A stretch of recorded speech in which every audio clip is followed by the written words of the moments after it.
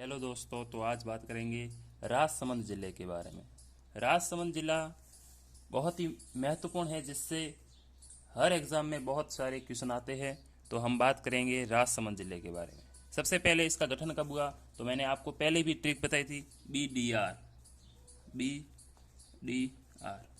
12 दौसा राजसमंद। इन तीनों का गठन 10 अप्रैल 1991 को हुआ। 10 अप्रैल 1991 को हुआ। ठीक है। राजसमंद जिले का जिला सुपंकर क्या है? भेड़िया है।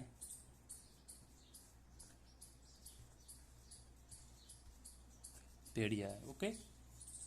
आगे हम बात करेंगे कि राजसमंद जिला कौन सा जिला है? 28वां, 29वां, 30वां। राजसमंद जिला राज्य का 30वां जिला है। 30वां जिला है। कब बना? 10 अप्रैल 1991 को। फिर बात करेंगे कि राजसमंद जिले की स्थापना किसने की, या पहले किस नाम से जाना जाता था? तो राजसमंद जिले की स्थापना देखो, महाराजा राज सिंह ने, राणा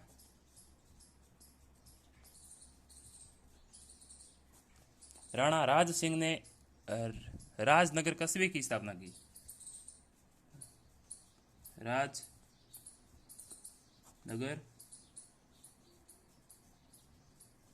कस्बे की स्थापना की। राणा राज सिंह ने राजनगर नामक कस्बे की स्थापना की, जो वर्तमान में राजसमंद कहलाता है। राजसमंद कहलाता है। ओके।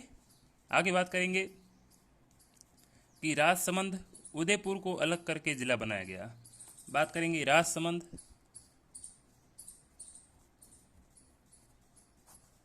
उदयपुर से अलग होकर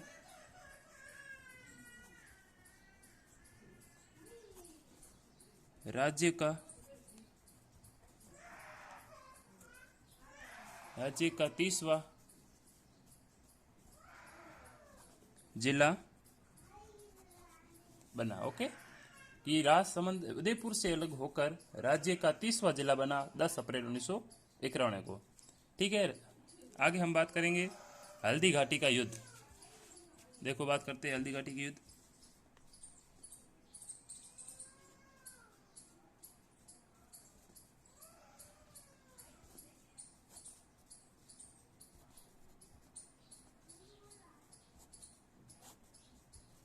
हल्दी घाटी का युद्ध। ठीक है। कब हुआ? 18 जून 1576। ठीक है। राजसमंद में हुआ। राजसमंद जिले में लड़ा गया। महाराणा प्रताप और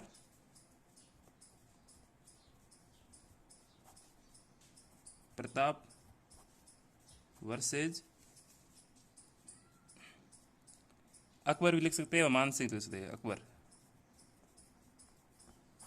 अकबर के सेनापति थे मान सिंह के मध्य। ओके। आगे हम बात करेंगे कि हल्दी घाटी युद्ध का उल्लेख किसने किया है? बंदायूं ने। बंदायूं ने अपनी पुस्तक मुंतखब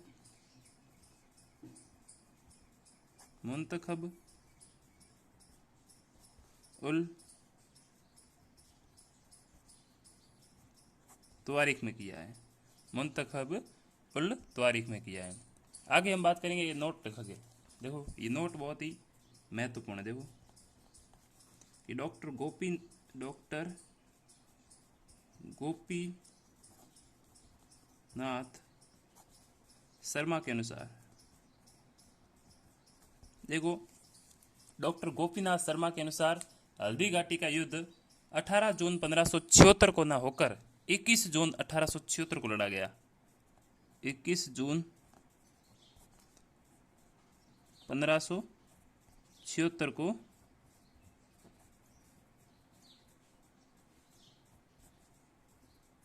लड़ा गया। ये क्वेश्चन कई बार आया है। ये डॉक्टर गोपीनाथ शर्मा के अनुसार हल्दी घाटी का युद्ध कब हुआ? तो 21 जून 1576 को हुआ। ठीक है, आगे हम बात करेंगे कुंभलगढ़ का युद्ध।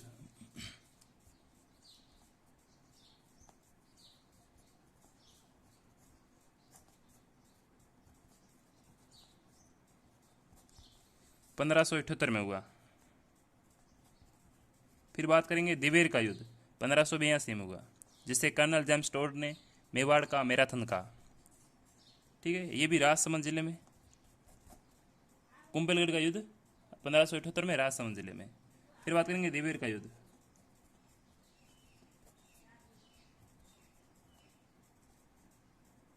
दिवेर का युद्ध ये 1582 में, ये भी राजसमंद में। इससे James Tod, colonel James Tod ने मेवाड़ का मैराथन कहा। मेवाड़ का मैराथन। तो क्वेश्चन आता है कि मेवाड़ का मैराथन किस युद्ध को कहा जाता है? तो दिवेर के युद्ध को मेवाड़ का मैराथन कहा जाता है। ठीक है, आगे बात करेंगे रूपनगढ़ का छापर का युद्ध।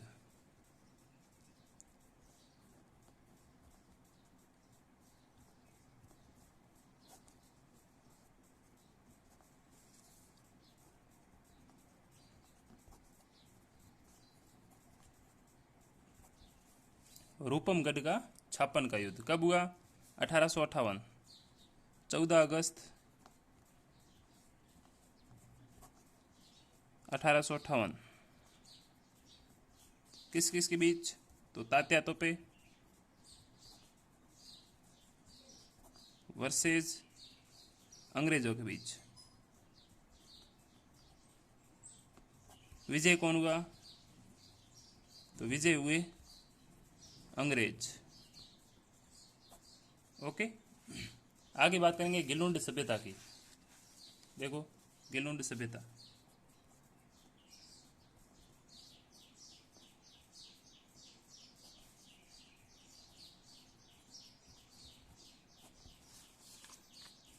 कहाँ पर है? पहली बात तो राजसमंद में है।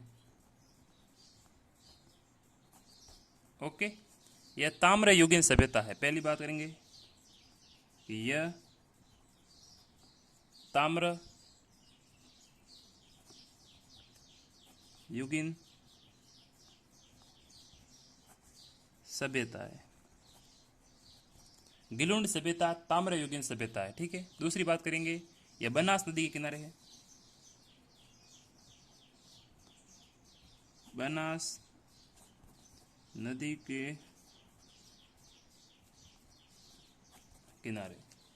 प्राचीन काल में जो सभ्यताएं उत्पन्न हुई वह सभी नदियों के किनारे ही उत्पन्न हुई। इसका मेन उद्देश्य यही था कि पहले नदियों के किनारे नम भूमि होती थी, जिससे लोग कृषि करते थे, आजीविका का साधन उन्हें मिलता था। तो ये जो गिलुंड सभ्यता है राजसमंद में है, ताम्रयुगीन सभ्यता है, बनास नदी के किनारे है। ठीक है, आगे बात करेंगे इसका उत्खनन किसने कराया? तो यहाँ पर लिख देते हैं उत्खनन।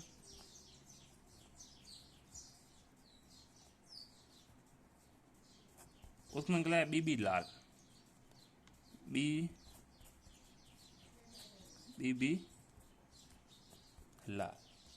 लाल। ओके, बीबी लाल। आगे बात करेंगे राज प्रशस्ति की बात करेंगे। राज प्रशस्ति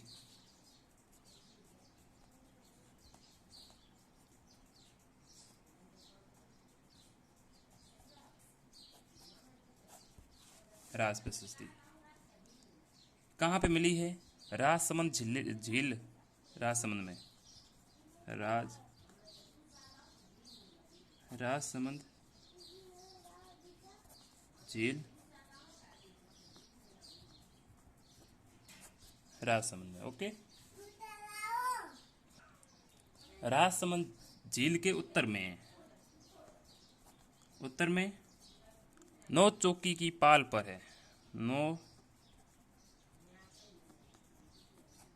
चौकी की पाल पर है। ओके, राज प्रशस्ति कहाँ पर है? राजसमंद झील के उत्तर में है और नौ चौकी की पाल पर उत्कीर्ण है। ठीक है, इसकी लंबाई पूछे, लंबाई है 999 फीट, 999 फीट। ओके, इस प्रशस्ति की लंबाई चौड़ाई में 9 अंक का सर्वाधिक प्रयोग हुआ है। मतलब लंबाई है, चौड़ाई है, लंबाई चौड़ाई में देखो, लंबाई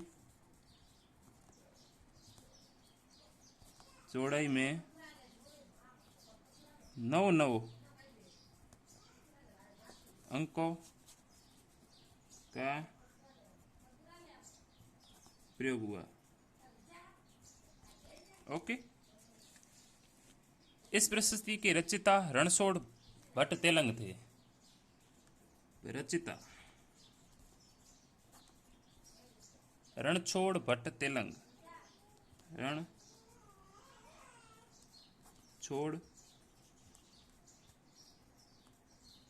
भट्ट तेलंग। कौन थे? रणछोड़ भट्ट तेलंग। यह संस्कृत भाषा की सबसे लंबी, सबसे बड़ी प्रशस्ति है। बात करेंगे भाषा कौन सी है, संस्कृत भाषा है, और सबसे बड़ी प्रशस्ति है। मतलब राज प्रशस्ति सबसे बड़ी प्रशस्ति है। आगे बात करेंगे कि इसमें संस्कृत भाषा के 1917 श्लोक हैं।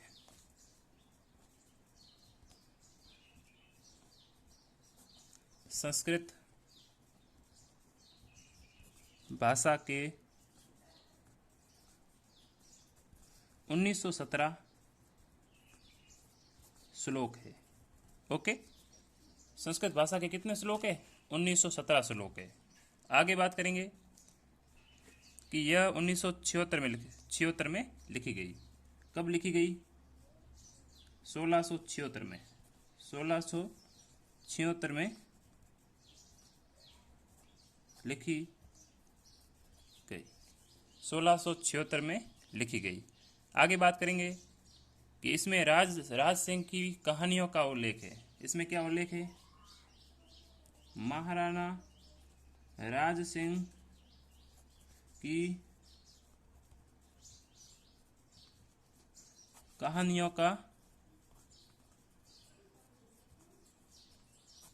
का उल्लेख है। ओके, अब देखो नोट, राजस्थान की सबसे बड़ी प्रशस्ति पूछे तो राज प्रशस्ति है। यदि देखो, ये भारत का सबसे बड़ा अभिलेख जूनागढ़ प्रशस्ति है। नोट में लिखा मैंने। ओके, आगे बात करेंगे राजसमंद के बारे में, कला एवं संस्कृति की बात करेंगे, जिसमें सबसे पहले देखेंगे कुंभलगढ़ का किला राजसमंद। इसका निर्माण महाराणा कुंभा ने करवाया। देखेंगे निर्माण कुंभा ने, महाराणा कुंभा ने करवाया। 1448 से 1458, 1448 से 1458, 1458 के बीच कराया। ठीक है, आगे बात करेंगे इसका मेवाड़ मारवाड़ सीमा का प्रहरी उपनाम है। इसका उपनाम देखो, उपनाम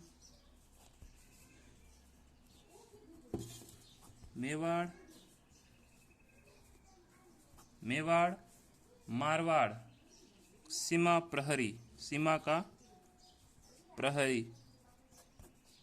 ठीक है, इसका उपनाम क्या है? मेवाड़ और मारवाड़ सीमा का प्रहरी कहते हैं इसे। ठीक है, आगे बात करेंगे इसे मारवाड़ की छाती पर तलवार भी कहते हैं। बहुत ही महत्वपूर्ण क्वेश्चन है कि इसे मारवाड़ की छाती पर तलवार,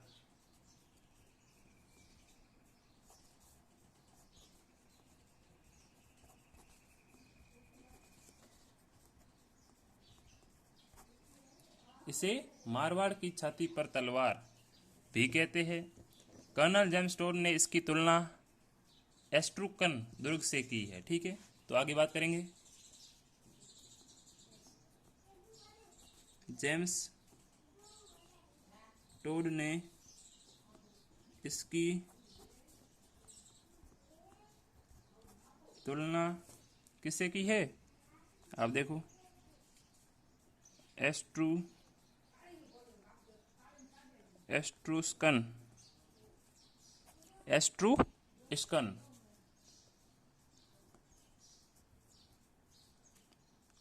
एस्ट्रूस्कन वापिस से लिखेंगे,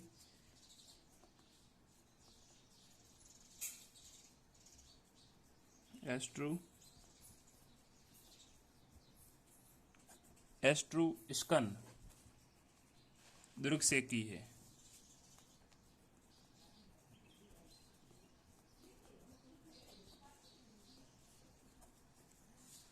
कौन सा दुर्ग है?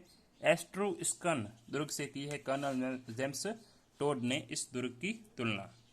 अबुल फजल ने कहा है कि इस दुर्ग को नीचे से ऊपर देखने पर सिर की पगड़ी गिर जाती है। कोटेशन देखेंगे अबुल फजल का।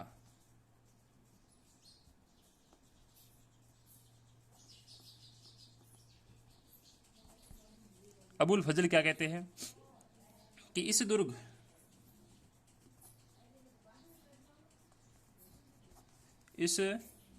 को नीचे से ऊपर देखने पर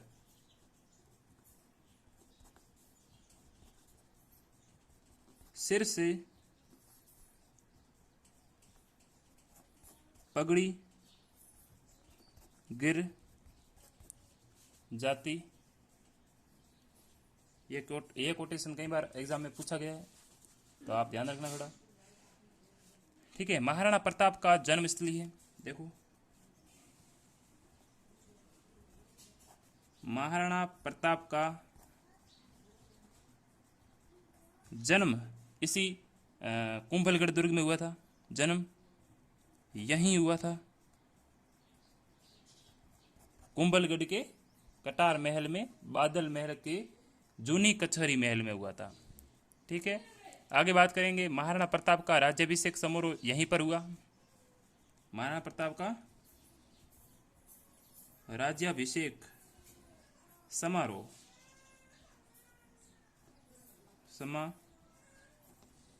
समारोह भी यहीं पर हुआ। आगे बात करेंगे, राणा उदय सिंह का पालन पोषण इसी दुर्ग में हुआ। यहाँ पे लिखेंगे, राणा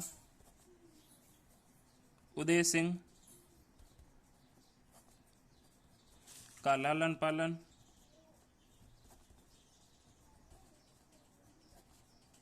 यहीं पर हुआ।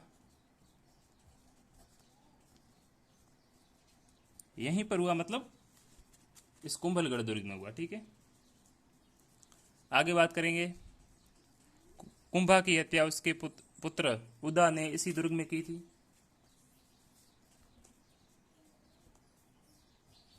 कुंभा की हत्या उदा इसी दुर्ग में की थी। उदा कौन था? कुंभा का पुत्र था, जिसने कुंभा को धक्का दे दिया और वो गिरकर मर गया। इसी दुर्ग में धक्का दिया था। ठीक है, आगे बात करेंगे कि उड़ना राजकुंवर पृथ्वीराज सिसोदिया ने अपना समय इसी दुर्ग में बिताया। ये तो आप कॉमन बात है। आगे बात करेंगे कि यहीं पर देखो, महाराणा प्रताप का जन्म कब हुआ? ये देखो, जन्म 9 मई 1540 में हुआ। महाराणा प्रताप का जन्म यहीं पर हुआ। इस दुर्ग में एक लघु दुर्ग बना हुआ है। देखो, इस दुर्ग में लघु दुर्ग बना हुआ है। उस लघु दुर्ग का नाम है कटारगढ़।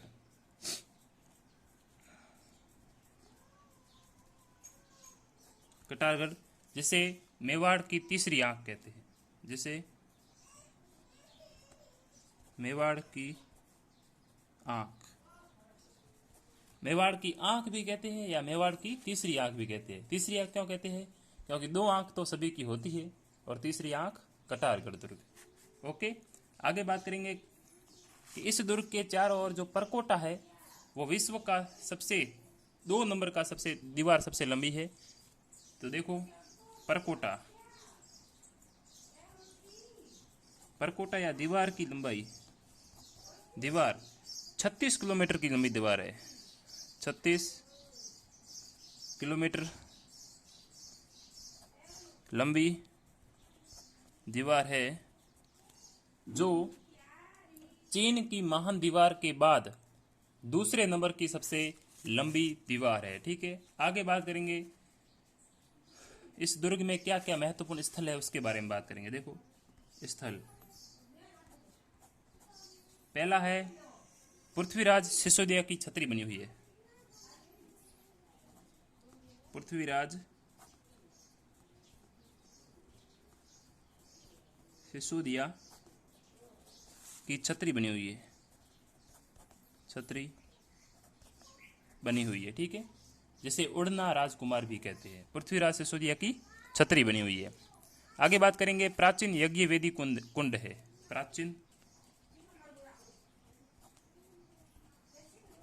प्राचीन यज्ञ वेदी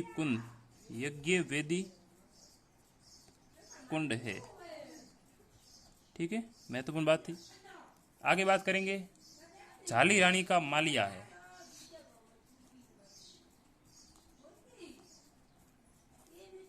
झाली रानी का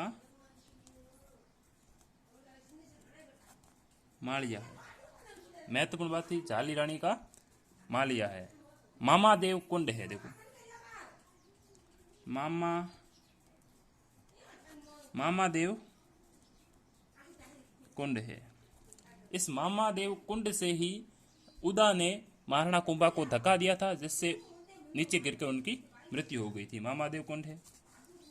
ठीक है, अब बात करेंगे श्रीनाथ जी के मंदिर के बारे में। तो सबसे पहले इसका लोकेशन देखेंगे। लोकेशन यानी कहाँ पर है। तो बना हुआ है यह सिंहाड़ गांव, नाथद्वारा, राजसमंद।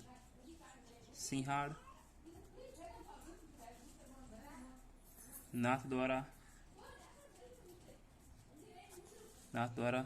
राजसमंद में बना हुआ। ठीक है, आगे बात करेंगे कि इसकी स्थापना राज सिंह ने की। स्थापना बताएंगे, श्रीनाथ जी के मंदिर की स्थापना किसने की? राज सिंह ने की, महाराणा राज सिंह ने की। ठीक है, आगे बात करेंगे कि श्रीनाथ जी की जो मूर्ति है वह वृंदावन से राज सिंह 1671 में लाए। तो बात करेंगे राज सिंह 1671 में औरंगजेब के काल में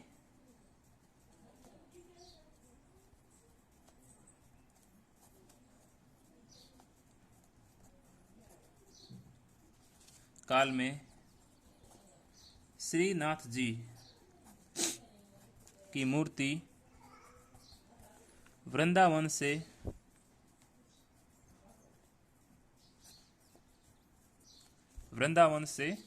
यहां लाए थे।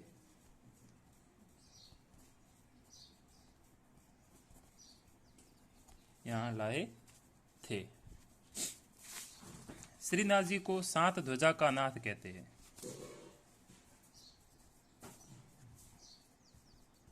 श्रीनाथ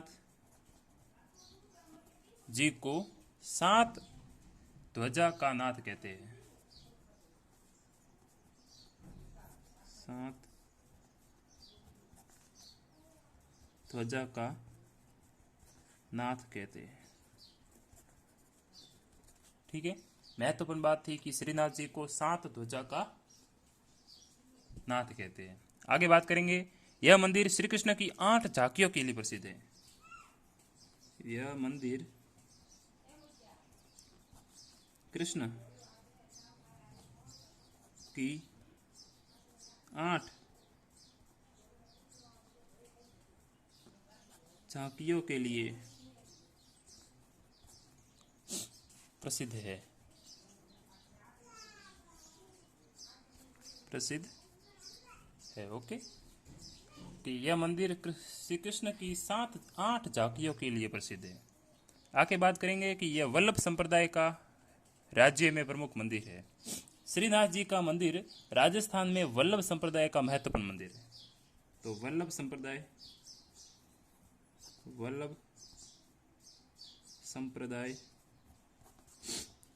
का राज्य में मुख्य मंदिर। ओके, आगे बात करेंगे अन्य मंदिर। देखो, एक है द्वारिकाधीश मंदिर जो कांकरोली राजसमंद में है, लेकिन दूसरा मंदिर है मथुराधीश मंदिर जो कि कोटा में है। ठीक है, द्वारिकाधीश मंदिर पूछे तो कांकरोली राजसमंद, और मथुराधीश मंदिर पूछे तो कोटा में है। ओके, अगली बात करेंगे कि श्रीनाथ जी की पूजा जो की जाती है वो कृष्ण के रूप में की जाती है।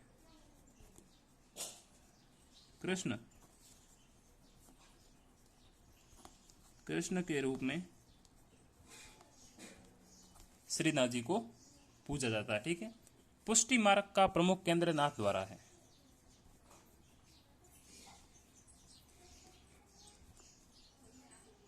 पुष्टि मार्ग का प्रमुख केंद्र नाथ द्वारा है। श्रीनाथ जी के मंदिर में मेला कब बढ़ता है? तो भाद्रपद कृष्णा अष्टमी को। हम देखेंगे मेला भाद्रपद कृष्णा अष्टमी को। यहाँ पे मेला लगता है। श्रीनाथ जी एकमात्र ऐसे देवता है वर्तमान में जिसको तोप की सलामी दी जाती है। वर्तमान में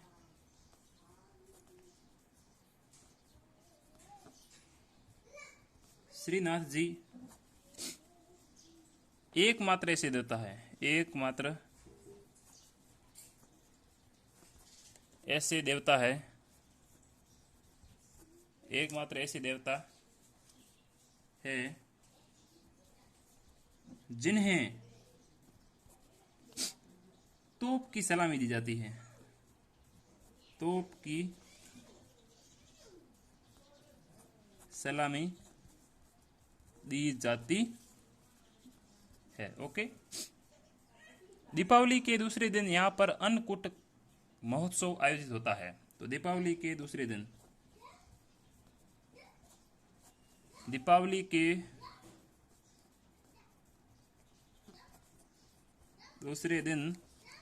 यहाँ पर मतलब श्रीनाथ जी के मंदिर में अन्नकूट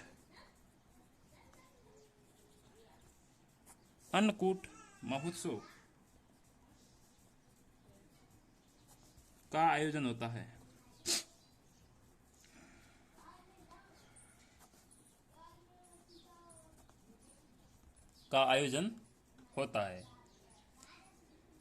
यहाँ पर केले के पत्तों की सांजी प्रसिद्ध है। केले के पत्तों की सांजी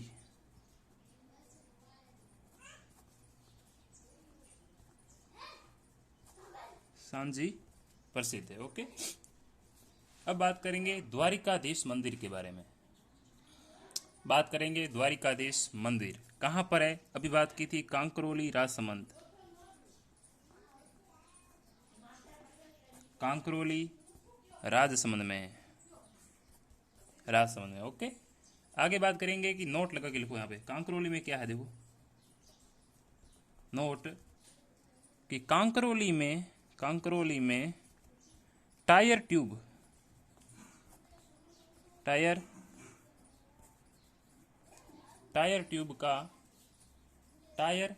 का सबसे बड़ा कारखाना है।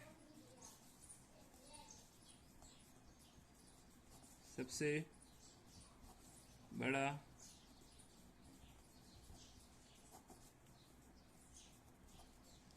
बड़ा कारखाना है कौन सा है? जेके टायर ट्यूब। कारखाना कहाँ पर है? कांकरोली में। ठीक है, आगे बात करेंगे ये कौन से संप्रदाय से संबंधित है? वल्लभ संप्रदाय से। वल्लभ संप्रदाय से संबंधित है। यहाँ पर भगवान श्री कृष्ण की पूजा की जाती है। इसका निर्माण देख लो, द्वारिकाधीश मंदिर का निर्माण किसने कराया? तो महाराजा राज सिंह ने। ठीक है, आगे बात करेंगे चार भुजानाथ मंदिर। तो हम बात कर रहे थे चार भुजानाथ का मंदिर। देखो इसकी लोकेशन कहाँ पर है? गढ़बोर राजसमंद में है। भगवान विष्णु का मंदिर है। बहुत ही महत्वपूर्ण क्वेश्चन है कि चार भुजानाथ जो मंदिर है वो भगवान विष्णु का मंदिर है। इस मंदिर को बद्रीनाथ मंदिर कहते हैं। क्या कहते हैं? बद्रीनाथ मंदिर कहते हैं। इसका निर्माण महाराणा मोक्कल के द्वारा कराया गया। महाराणा कुंभा के पिता महाराणा मोक्कल के द्वारा करवाया गया। चार भुजानाथ मंदिर का निर्माण किसने कराया? मोक्कल के द्वारा करवाया गया। अन्य में देखिए, देखो सबसे पहले देखेंगे ऋषभ देव मंदिर कहां पर है? दुलेव राजसमंद। दुलेव राजसमंद। फिर देखेंगे पीपलाद माता का मंदिर, ये उनवास राजसमंद में है। ठीक है, फिर देखेंगे घेवर माता का मंदिर, यह राजसमंद झील पर है। राजसमंद झील पर, राजसमंद झील पर है। घेवर माता बिना पति के सती होने वाली माता है। नोट करके लिखो कि घेवर माता बिना पति के सती होने वाली माता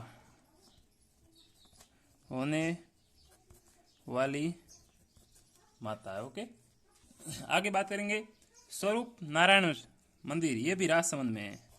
स्वरूप नारायण मंदिर यह भी राजसमंद में है। देव झूलनी का मेला, ये गढ़गोर राजसमंद में, गढ़गोर राजसमंद में भरता है। देव झूलनी का मेला कहां पर भरता है? गढ़गोर राजसमंद में भरता है। ठीक है, फिर बात करेंगे प्रताप जयंती मेला, ये आपके हल्दी घाटी के मैदान में राजसमंद में भरता है। ठीक है, आगे बात करेंगे आमज माता का मंदिर। आमज माता का मंदिर यह भी आपके राजसमंद में है। फिर है आमेट पशु मेला, यह आमेट पशु मेला आमेट राजसमंद में। ओके, अब बात करेंगे राजसमंद जिले के बारे में, जो भूगोल से संबंधित महत्वपूर्ण क्वेश्चन आते हैं उसके बारे में। एक एक पॉइंट को क्लियर करते हुए आगे बढ़ेंगे। सबसे पहले इसका जिला शुभंकर, पहले भी लिखा है अभी भी लिखेंगे, भेड़िया। क्या है? राजसमंद का जिला शुभंकर क्या है? भेड़िया है। ओके, यह क्षेत्रफल की दृष्टि से सबसे चौथे नंबर का सबसे छोटा जिला है। तो हम देखेंगे क्षेत्रफल के हिसाब से, क्षेत्रफल की दृष्टि से राज्य का चौथा छोटा जिला। क्षेत्रफल की दृष्टि से राज्य का चौथे नंबर का सबसे छोटा जिला है। तो पहला कौन सा है, दूसरा कौन सा है, तीसरा कौन सा है, बात करेंगे। सबसे छोटा जिला है राजस्थान का धौलपुर। धौलपुर। ओके, दूसरे नंबर का सबसे छोटा जिला है दौसा। और तीसरे नंबर का सबसे छोटा जिला है डूंगरपुर। ठीक है, ये आपको छोटे जिले याद रखने हैं, धौलपुर, दौसा, डूंगरपुर, और चौथे नंबर पर है राजसमंद। ठीक है, इसका क्षेत्रफल, राजसमंद जिले का जो क्षेत्रफल है वो है 3860 किलोमीटर। 3860 वर्ग किलोमीटर। कितना है? 3860 वर्ग किलोमीटर है। आगे बात करेंगे कि राजस्थान में राजसमंद सफेद संगमरमर के लिए प्रसिद्ध है। तो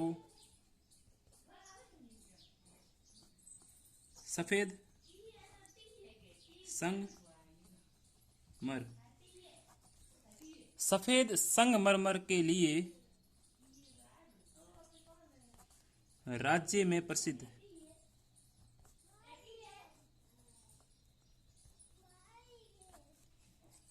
महत्वपूर्ण क्वेश्चन है कि राजसमंद सफेद संगमरमर के लिए राज्य में प्रसिद्ध है। ठीक है, आगे बात करेंगे।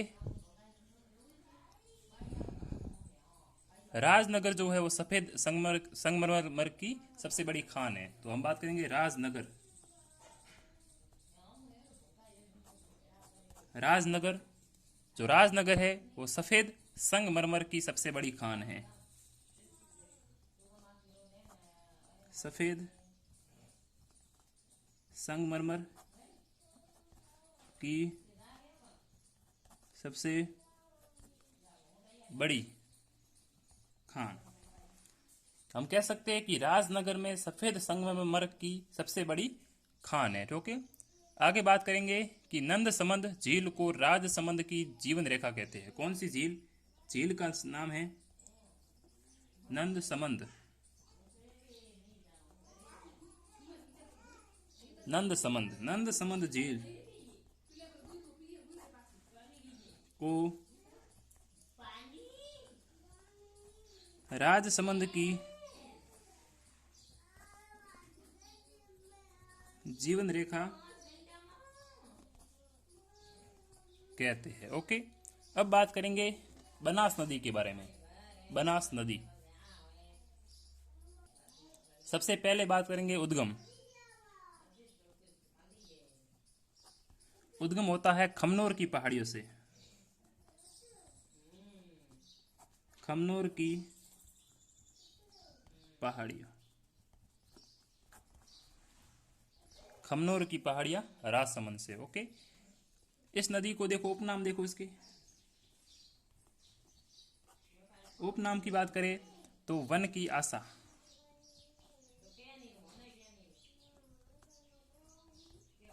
वन की आशा, वर्णाशा,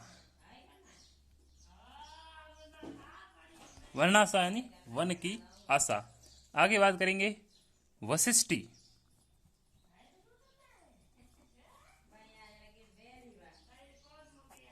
वशिष्ठी, ओके, ये इसके उपनाम है। अब आगे बात करेंगे कि इस नदी पर सवाई माधोपुर के रामेश्वर धाम के पास चंबल में मिल जाती है। यह नदी कहाँ पे मिलती है? देखो, मिल जाती है किसमें? सवाई माधोपुर।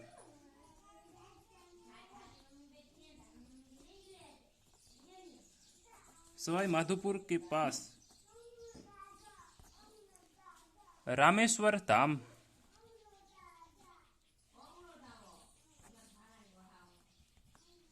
रामेश्वर धाम के पास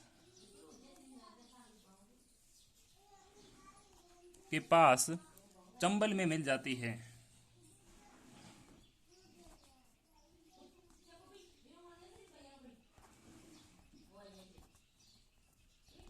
चंबल में मिल जाती है। देखो, फिर एक त्रिवेणी संगम बनता है। कौन सा? देखो,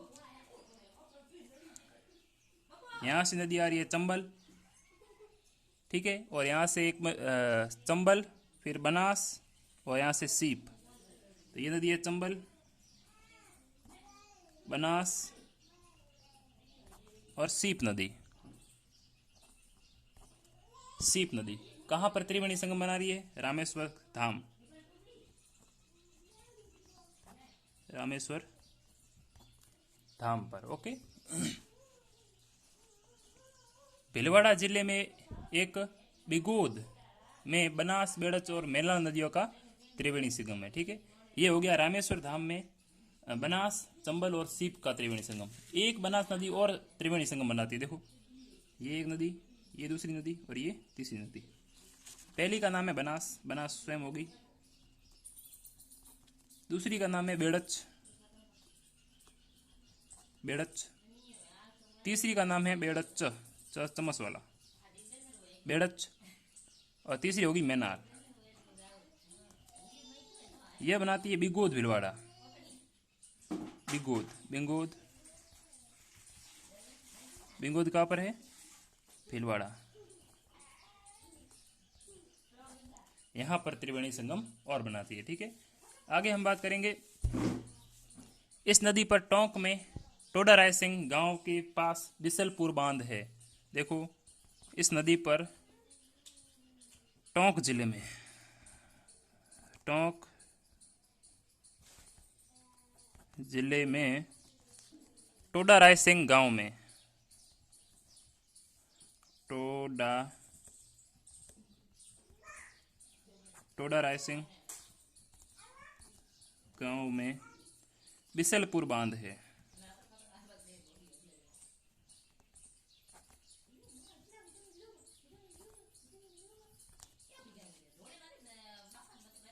टोंक जिले में टोडा रायसिंह कस्बे या गांव में बिसलपुर बांध बना हुआ है। सवाई माधोपुर में इस नदी पर इसरदा बांध बना हुआ है। यहाँ पे बात करेंगे सवाई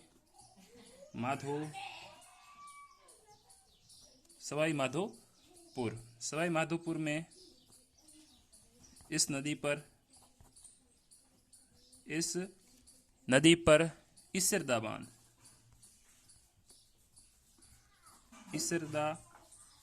बांध बना हुआ है।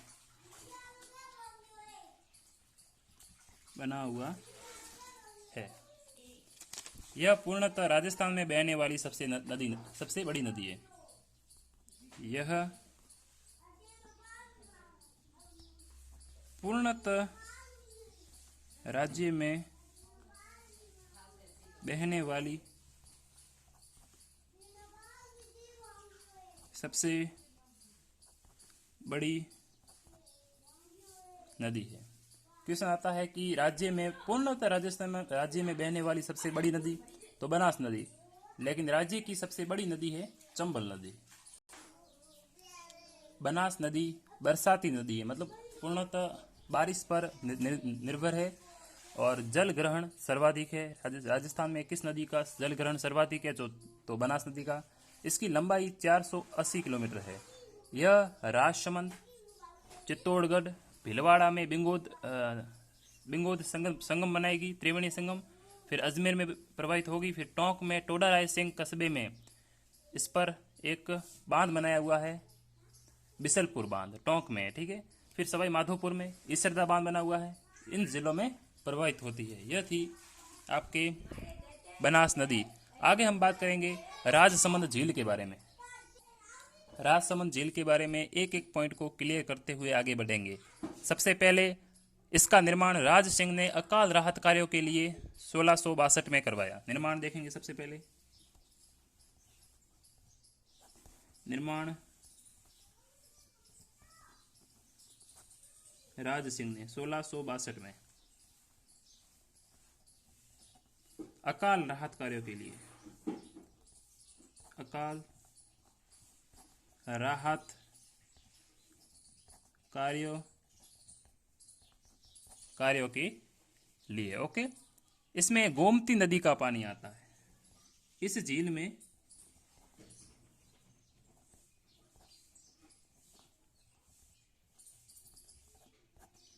गोमती नदी का पानी आता है। महत्वपूर्ण बात थी कि इस झील में गोमती नदी का पानी आता है। इस झील के किनारे घेवर माता का मंदिर है। इस झील के किनारे घेवर माता का मंदिर है। इस झील के किनारे घेवर माता का मंदिर है। घेवर माता बिना पति के सती होने वाली माता थी, ठीक है। आगे बात करेंगे।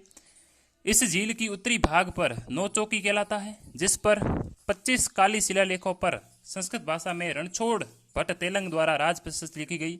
यह संसार की सबसे बड़ी प्रशस्ति है। देखेंगे बात, देखो ये है आपके राजसमंद झील, ओके। इसके उत्तर में नौचौकी पाल 1 2 3 4 5 6 7 8 9, ये नौचौकी पाल है, ठीक है। इस नौचौकी पाल पर 25 काली शिलालेखों की 25 काली शिलालेखों में राज प्रशस्ति अंकित है। राज प्रशस्ति अंकित है। ओके, जिसकी रचना किसने की? सबसे पहले बात करेंगे रचिता की। रणछोड़, रणछोड़ भट्ट, रणछोड़ भट्ट तेलंग है। ओके, यह संसार की सबसे बड़ी प्रशस्ति है।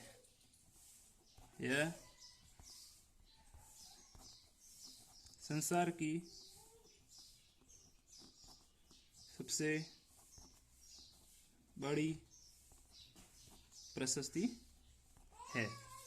संसार की सबसे बड़ी प्रशस्ति है, संस्कृत भाषा में है। किसने लिखी है?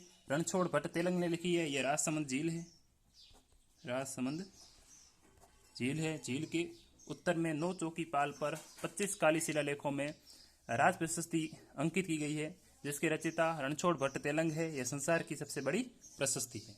आगे बात करेंगे, अमर काव्य वंशावली के रचयिता भी रणछोड़ भट्ट तेलंग है। नोट करके लिखो यहाँ पे। एक ग्रंथ है अमर काव्य वंशावली, अमर काव्यम वंशावली,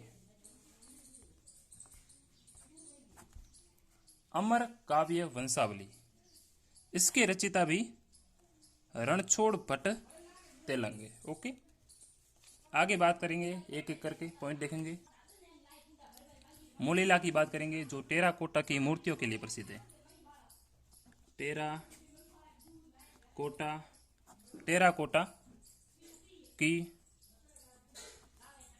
टेराकोटा की मूर्तियों के लिए प्रसिद्ध, मूर्तियों के लिए प्रसिद्ध। ओके, अब बात करेंगे तारकसी के जेवर। कहाँ के प्रसिद्ध है? तारकसी के जेवर। तारकसी के जेवर नाथ द्वारा राजसमंद के प्रसिद्ध है। नाथ द्वारा राजसमंद के प्रसिद्ध है। आगे हम बात करेंगे टायर ट्यूब का कारखाना। मैंने आपको पहले भी बताया है कि राज्य का सबसे बड़ा टायर ट्यूब का कारखाना कांकरोली राजसमंद में है। फिर हम बात करेंगे कोठारी नदी का उद्गम।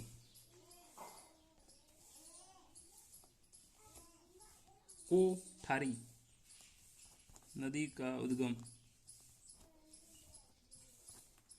कोठारी नदी का उद्गम दिवेर की पहाड़ियों, दिवेर की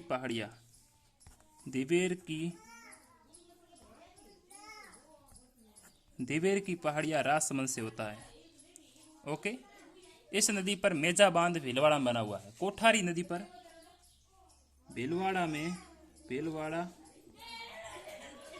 भीलवाड़ा में यह क्वेश्चन कई बार कंफ्यूज करता है कि भीलवाड़ा में मेजा बांध, कई बार ऑप्शन में आता है मेज नदी, तो वो गलत है।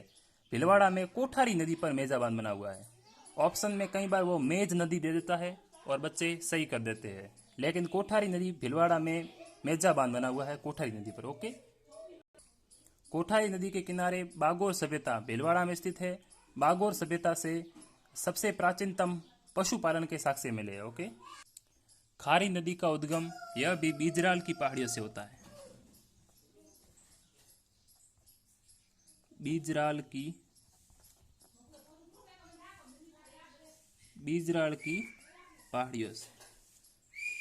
की पहाड़ियों से होता है। अब हम बात करेंगे ढाक या प्लास के वृक्ष। ठीक है, यह वृक्ष सर्वाधिक राजसमंद में है। सर्वाधिक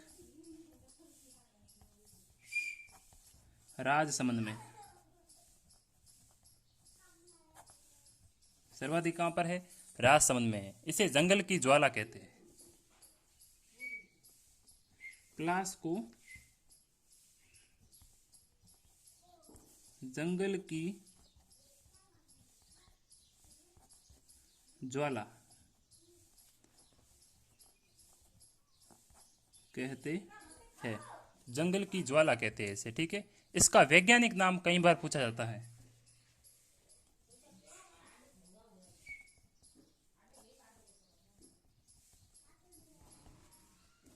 ढोक या प्लास के वृक्ष का वैज्ञानिक नाम? Butea monosperma. Butea monosperma. Monosperma, ये इसका वैज्ञानिक नाम है। ढोक के वृक्ष या प्लास के वृक्ष का वैज्ञानिक नाम क्या है? Butea monosperma. ओके, अगली बात करेंगे हाथीगुड़ा की नाल। हाथीगुड़ा की नाल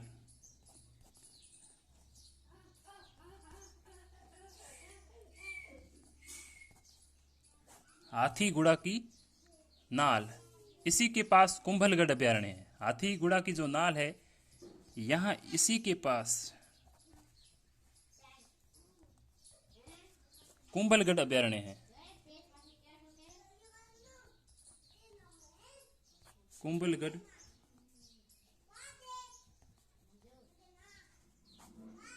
कुंभलगढ़ अभयारण्य है।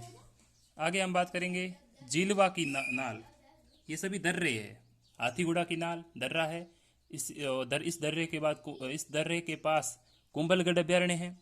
और आगे बात करेंगे जिलवा की नाल। जिलवा की नाल, यह भी राजसमंद में है। यह दर्रा कहाँ पर है? राजसमंद में है। आगे बात करेंगे रामपुरा दरिबा। रामपुरा दरिबा, यह क्षेत्र राजसमंद में है जो सीसा जस्ता के उत्पादन के लिए प्रसिद्ध है। पहली बात कहाँ पर है? राजसमंद में है। और सीसा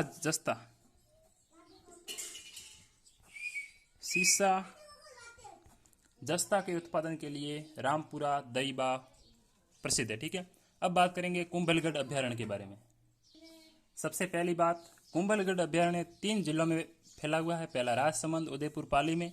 यह जंगली भेड़ियों के लिए प्रसिद्ध है। इस अभयारण्य में कुंभलगढ़ दुर्ग व रणकपुर के जैन मंदिर है। ओके, अब बात करेंगे, पहली बात देखेंगे 3 जिले कौन से हैं। 3 जिलों में फैला हुआ है। पहला है उदयपुर, दूसरा है पाली और तीसरा है राजसमंद।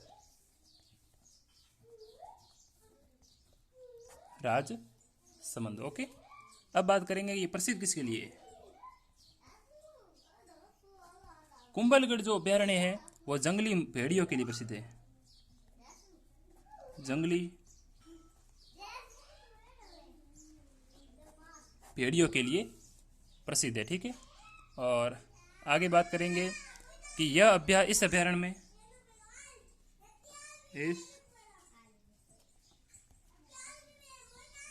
अभयारण्य में कुंभलगढ़ व रणकपुर के जैन मंदिर हैं। रणकपुर के जैन मंदिर है।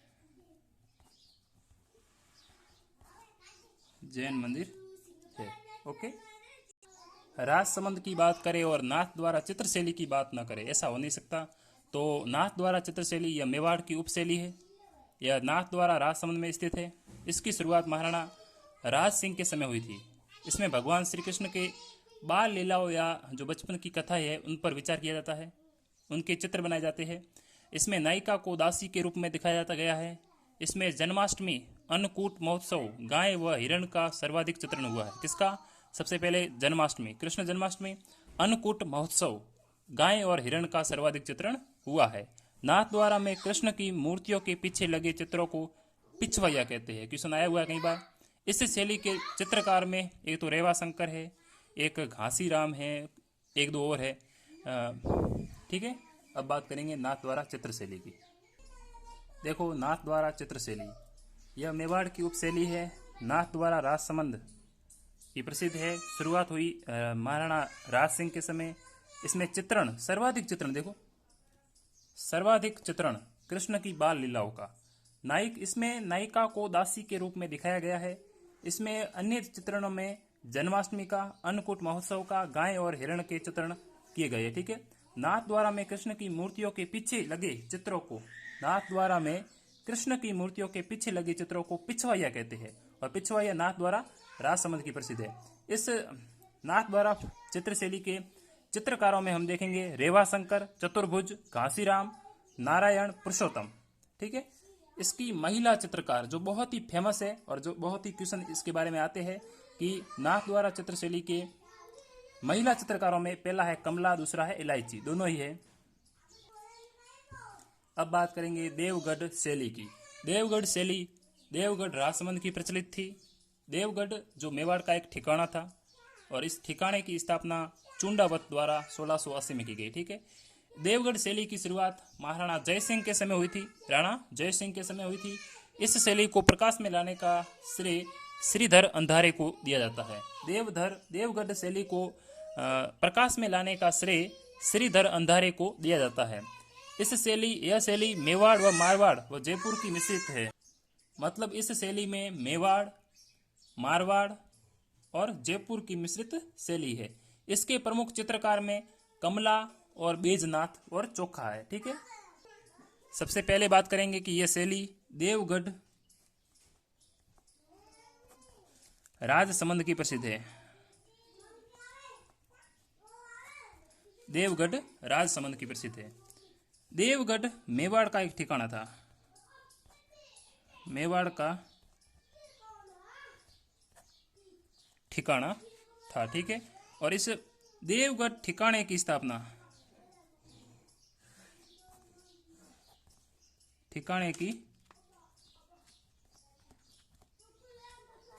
स्थापना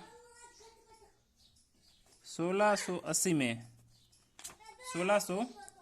में चुंडावत द्वारा की गई। चुंडावत, जिसे द्वारिकादास चुंडावत भी कहते हैं, लिख देते हैं, द्वारिकादास चुंडावत द्वारा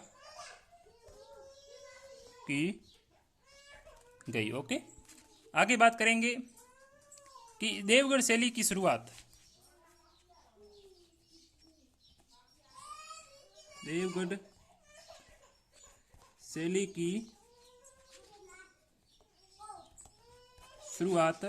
राणा जय सिंह के समय हुई। राणा जय सिंह के समय हुई।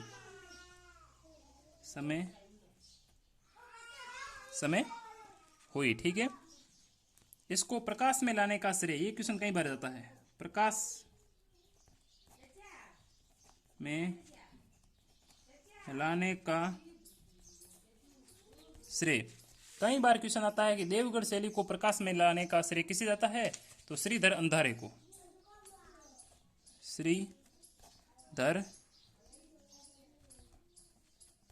श्रीधर अंधारे को देवगढ़ शैली को प्रकाश में लाने का श्रेय दिया जाता है। इस शैली में देखो तीन मिश्रित रूप है, मतलब मिश्रण का रूप है। देखो, सबसे पहला है मेवाड़ शैली, दूसरे नंबर है मारवाड़ शैली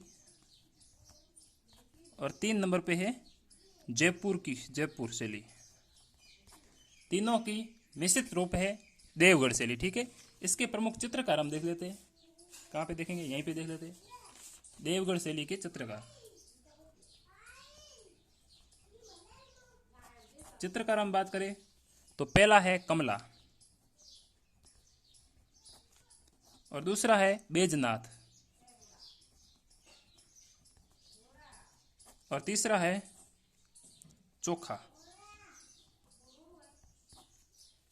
ठीक है, तो आज हमने बात की राजसमंद के बारे में, संपूर्ण एक एक पॉइंट को देखा है, कुछ भी पॉइंट पीछे नहीं छोड़ा है, सभी देखा है। ठीक है, आज आपका राजसमंद जिला पूरा हुआ। ठीक है, अगली बात करेंगे अगले जिले की। तब तक के लिए धन्यवाद, मिलते हैं अगले वीडियो में।